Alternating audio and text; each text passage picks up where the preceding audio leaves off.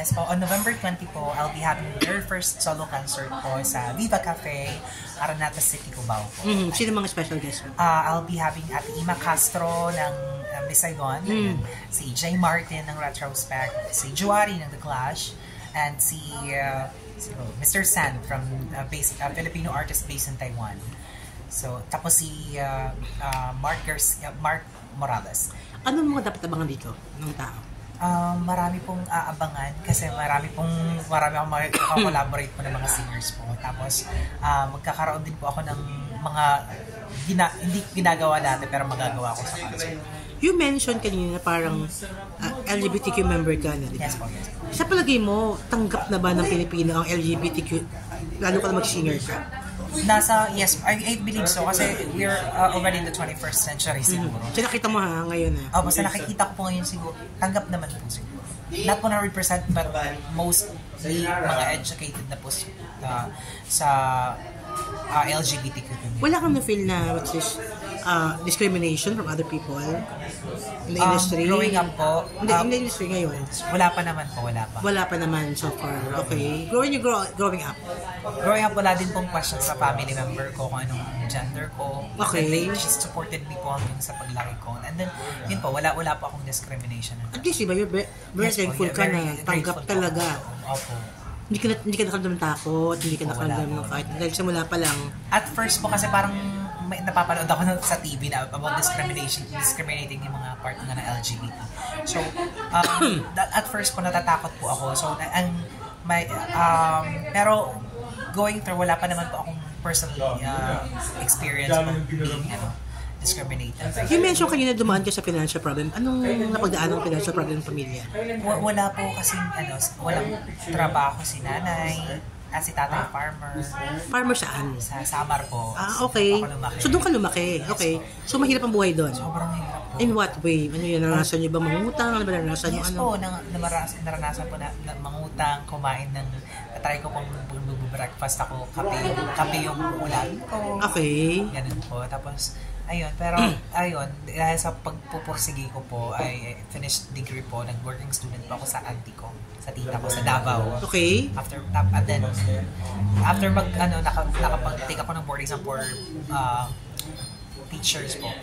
Pasado ka naman. Po ako, first take po. Hindi ka nagturo? Hindi po. Hindi ko siya, parang hindi ko nakitang passion ko yung teaching. Pero bakit teacher ka? Kailangan ko pong may matapos siguro. Ayun. Okay. Kasi pag sasama ka, pag may natapos ka, parang you're respected na Na-experience mo yun yung mahirap kayo, yung Pasko, walang handa, Christmas, New Year. Can you tell us something about that? Okay, no? May handa naman po, pero hindi zero talaga. Pero, parang... Walang bagong damit, okay. Wala kang experience sa gano'n.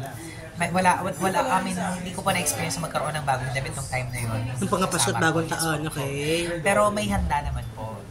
Kompleto yung pamilya, sobrang saya po. Hindi ko po naranasan na ganito lang pala yung handa namin. Wala po kaming gano'n. We are, marunong po kaming makontento kasi maliit na bagay. Kasi hindi naman po ako hindi pa naman po ako na i-introduce sa big world talaga po So, kung ano lang pong naihain sa amin. Masaya ka na nun. Sobrang saya ko na po. Oo, importante kompleto ang pamilya.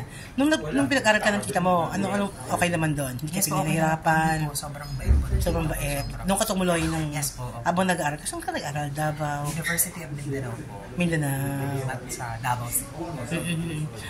Now you want to collaborate kung sakali mabigyan ka ng chance. Sino ang influence mo? Si Regine? Sarah G at saka Regine. Naalala mo, kinakanta mo yung mga songs na before? Ikaw ba? Yes. Harold Banawa actually, ng kabataan. Ano yung bibidyoke ka? Sa mga videoke siya? Amateur singing contest. Nalo naman. Opo. One time nagkalaban din po kami ng tatay ko sa amateur singing. Magaling siya kumanta. Tatay ko is also a singer. Ano? Amateurista din si tatay. So, yung sabihin, yung napapanunan nyo noon, yun ang, siyempre, premyo, no? Ibigay mo sa family mo yung mga gano'n. Naalala mo, nalilibre ka, whatever. Magbibili ka pa kailangan. Parang direct sa family ko talaga. Talaga, pambili ng... Baon, araw-araw. Ayun yun, kaya yun kayo sumasali, no?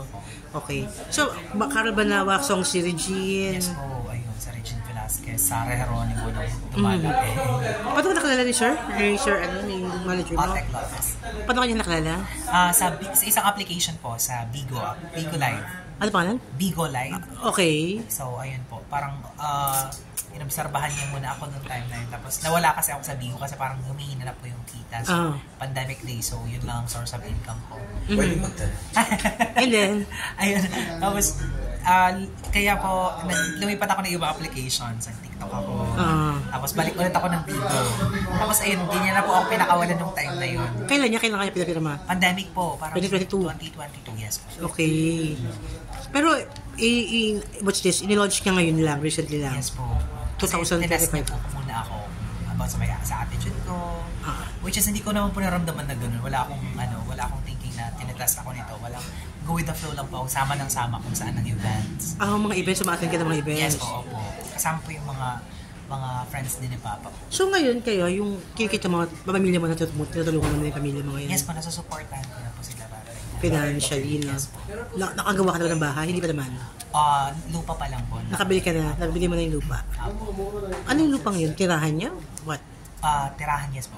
Yun yung tirahan niya before, binili mo na ngayon? Hindi po, dati kasi parang nasa case pa kasi yung lupa namin na tinitirahan dati. Ngayon? Tapos ngayon, bumili ako ng sariling lupa kasi marami naghahati-hati dun sa lupang yun. So, bumili ako ng sarili para mapatay ko ng bahay. Nandun ang family mo ngayon? Wala pa po, parang nag-iipon pa rin po. So, yung summer din? Summer din yan? Po. Malaki-laki ng konti? Malaki-laki ng konti? Yes, kapamilya talaga. Okay, what's this? So ngayon, definitely, no? Kanina na daw, sumali ka sa, nag-apply ka sa... Pilipinas Got Talent. Ay, sa America's Got Hindi, Pilipinas Got Talent. Sumali ka doon. Yes, Nanalo ka. Hindi po. I got 4 yeses lang po. You got 4 yeses. And then what happened? And then, hindi na po ako nakapasok sa judges. I don't know kung ano po yung plano po nila. I mean, wala po atang singers na nakapasok. More on mga acrobats or dancers. So yes. It's a different season kasi.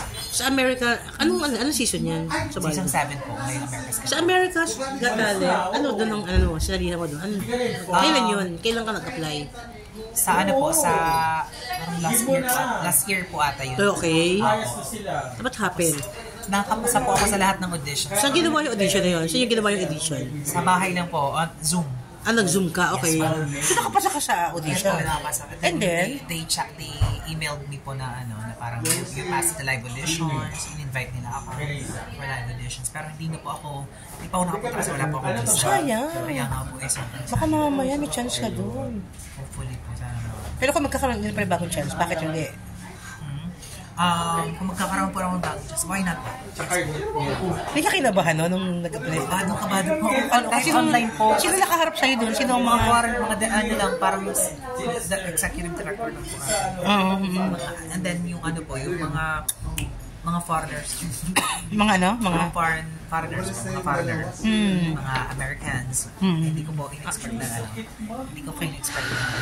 na parang yun ang mga kasama ko sa auditions. Oo, galing, no? Sayang. Okay. Malay mo naman. Yes po. Meron ka pala you have single ba? Tama ba? Yes po. Available na po siya sa lahat ng music platforms. Masakit magmahal ng di ka mahal. I feel the feelings na yung kanta. Yung kinanta mo. Bakit? Nakarelate ka? Somehow po. Somehow nakarelate naman po ako. And hindi lang po siya party. Masarap po yan. To tell you honestly po, while recording that song, tinignan ko talaga yung picture ng ex ko to deliver the pain sa song na yun. Parang mas sobrang effective po siya. Mas ramdam ko yung song. Okay, maraming salamat. Ano name mo? Ariel po, Ariel. Anong surname? Daluraya po. Yun ang pangalan mo sa showbiz? Yes po. Ariel Daluraya. Daluraya po. Thank you, salamat.